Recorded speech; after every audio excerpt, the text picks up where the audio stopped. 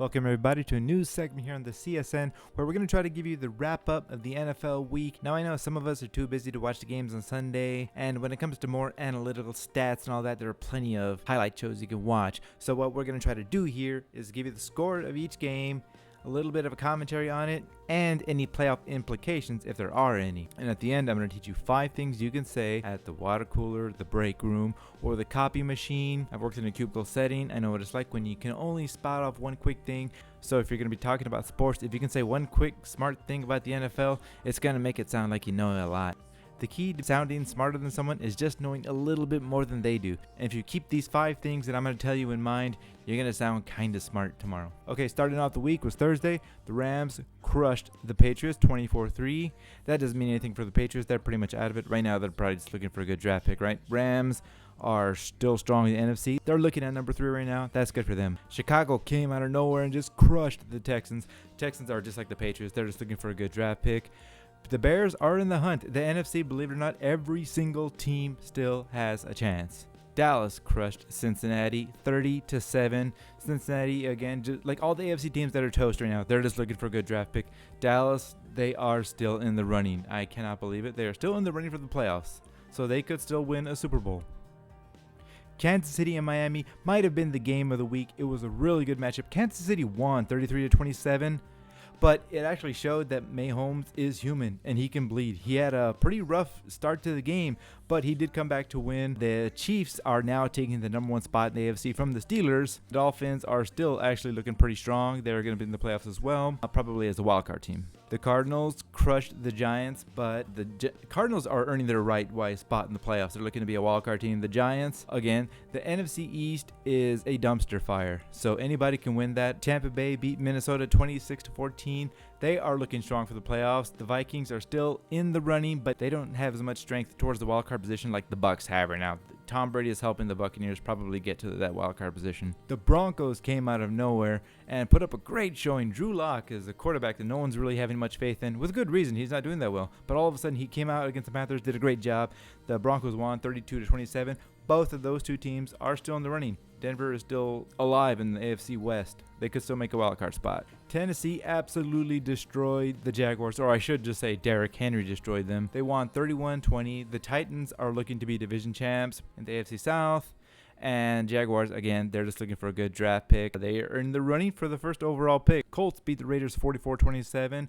Colts are looking pretty good for a wild card spot right now. Raiders are still fighting, but the AFC is a lot tougher, so the Raiders might not see the postseason. Seahawks and Jets. Seahawks crushed them 40-3. Seahawks are still looking strong in the NFC. Not division champs, but they're pretty much securing their wild card spot. And the Jets are looking for that number 1 pick. Trevor Lawrence, Clemson, he might be a Jet. Green Bay and Detroit, NFC North battle. Classic game every time they play. 31-24. The Packers won. With this win, are in the number 1 spot in the NFC. That means they're going to get the bye week. For those of you that don't know, the NFL playoff picture has changed. It used to be that the top 2 seeds got a bye week. Now it's only 1. So 7 teams make the playoffs, and only 1 team, that number 1 spot, gets that coveted bye week. Philadelphia probably had the biggest upset win of the week. They beat the Saints 24-21, which is really something. First off, you can say the Saints didn't have Breeze, right? But still, the Eagles started their rookie quarterback, Jalen Hurts, and he did a great job. Believe it or not, well, actually, you're going to believe it. The Eagles are still in the running for the playoffs.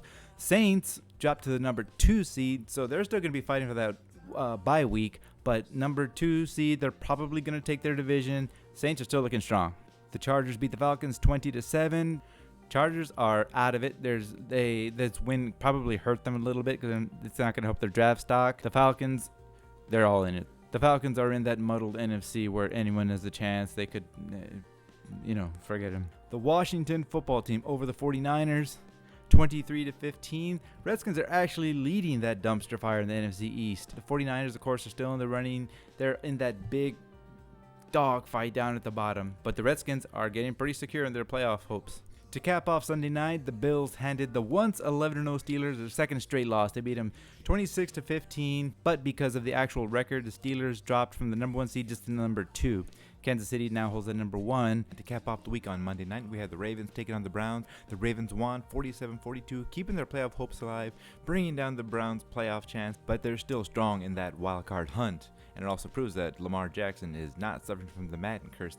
I gotta admit, I thought it was affecting him this year. Now, let's get to 5 things you can say at work that are gonna make you sound cool.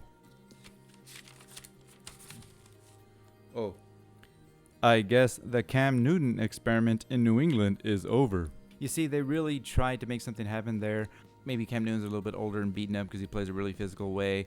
It's not working out. He got benched after a really bad pick six in favor of a rookie quarterback. Patriots right now are just playing for pride or a good draft position. I think if you say that, people are going to realize that, that Cam Newton experiment is probably over in New England. What you're really going for when you say these are a quick little mumbled yeah or true and with a little head nod.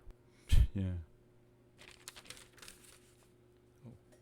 Boy, the Steelers are sure finding out how the other half lives. Yeah, they kind of are, but the truth is we're actually seeing their true colors. Steelers had some pretty ugly wins is what they're called. They really just scraped by good defense and Ben pulling magic out of his backside because Buffalo just straight up exploited their weaknesses. And Steelers, they're not title ready, and we saw it. So yeah, that's a keen observation. That's what you're going for.